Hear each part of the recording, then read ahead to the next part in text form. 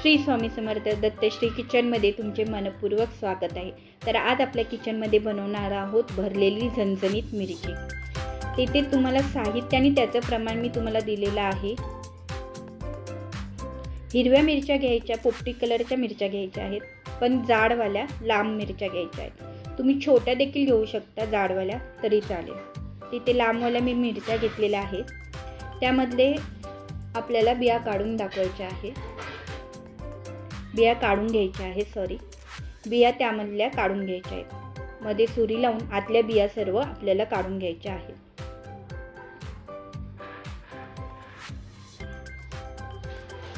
पोपटी कलरच्या घ्या, पोपटी कलरच्या घेतल्या तर त्या कमी तिखट असतात। यामध्ये हिरव्या कलरच्या असतात, त्या तिखट जास्त असतात। जर तुम्हाला तिखट जास्त आवडत असेल तर त्या मिरच्या तुम्ही घेऊ शकता।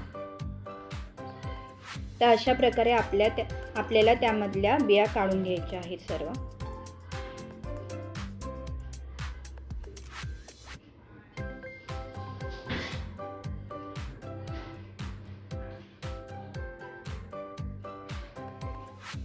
ते मी सर्व मिरच्यांच्या बिया काढून घेतलेल्या आहेत, तुम्ही पाहू शकता।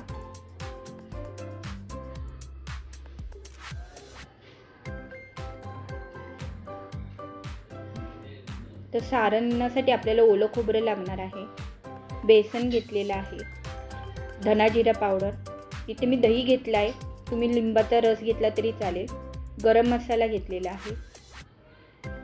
तर एका प्लेटमध्ये आपल्याला हे सर्व साहित्य एकत्र करून घ्यायचं आहे। प्रथम ओलं खोबरं, दही,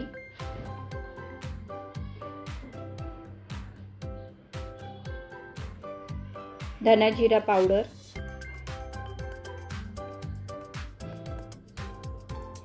गरम मसाला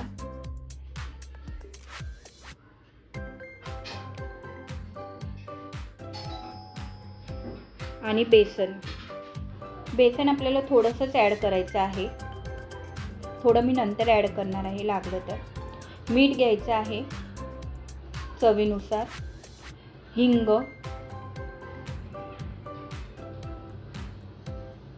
आता हे सर्व साहित्य आपल्याला व्यवस्थित मिक्स करून घ्यायचं आहे। दही टाकल्यामुळे थोडा ओलसरपणा येतो। जर तुम्हाला बेसन अजून लागत असेल तर तुम्ही टाकू शकता, त्यामुळे थोडी मिरची ती कुरकुरीत लागते म्हणून। इथे मी हळद टाकत आहे।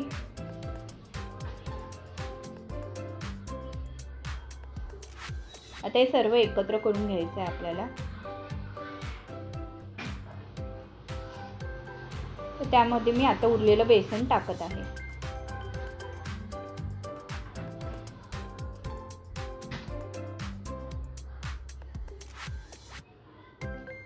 ते सर्व एकजीव व्यवस्थित मिक्स करून घेतल्यानंतर आपल्याला हे मिरचीमध्ये सारण भरायचं आहे।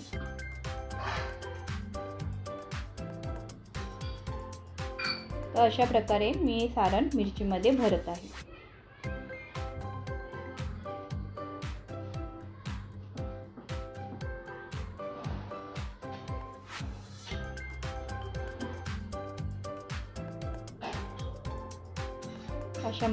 अशा प्रकारे आपल्याला सारण भरून घ्यायचं आहे। अजून एक मी दाखवते तुम्हाला भरून।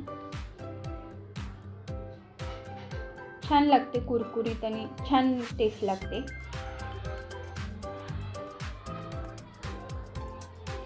तुम्ही अशीच तव्यावर शेकू शकता किंवा बेसनच्या पिठामध्ये आपण भजीचं पीठ कसं करतो त्याप्रमाणे डीप करून तळू शकता। तिथे मी सर्व मिरच्या भरून घेतलेल्या आहेत।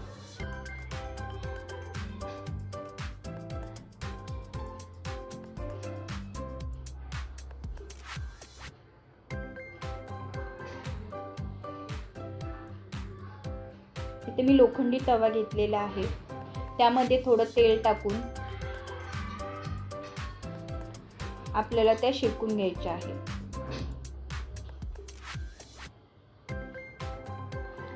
बेसनाची भरलेली बाजू आपल्याला तेल व्यवस्थित छान तापल्यानंतर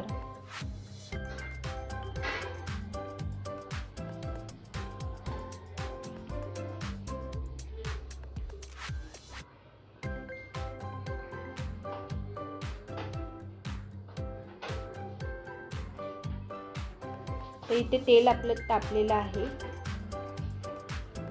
बेसनाची भरलेली बाजू आपल्याला मिरचीमध्ये ती खालच्या बाजूला करायची आहे.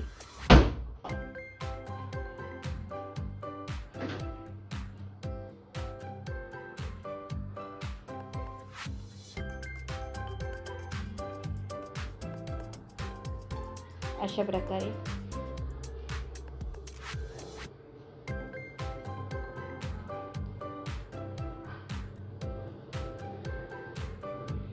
हा मीडियम आचेवर आपल्याला शेकून घ्यायचे आहे. Medium to low. जर गॅस फास्ट कराल तर हे सारण करपू शकते, म्हणून मीडियम टू लो फ्लेमवर आपल्या या मिरच्या भाजून घ्यायच्या आहेत. तुम्ही तळून देखील घेऊ शकता.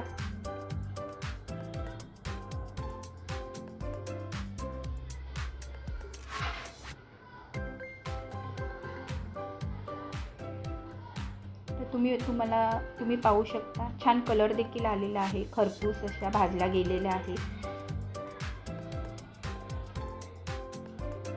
अशा प्रकारे खरपूस आपल्याला भाजून घ्यायच्या आहेत मिरच्या.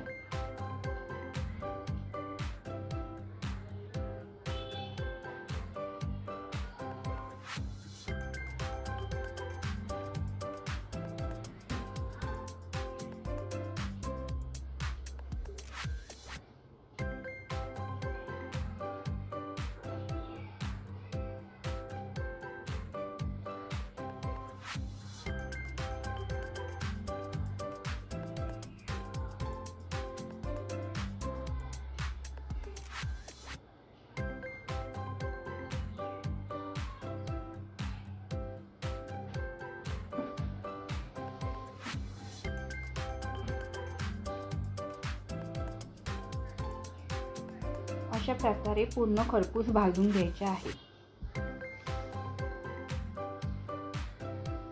तर जेवणाबरोबर खूप छान लागतात. नक्की ट्राय करा ही रेसिपी. ही रेसिपी आवडली असेल नक्की लाईक करा, शेअर करा आणि माझ्या चॅनलला सबस्क्राईब करा. थँक्यू.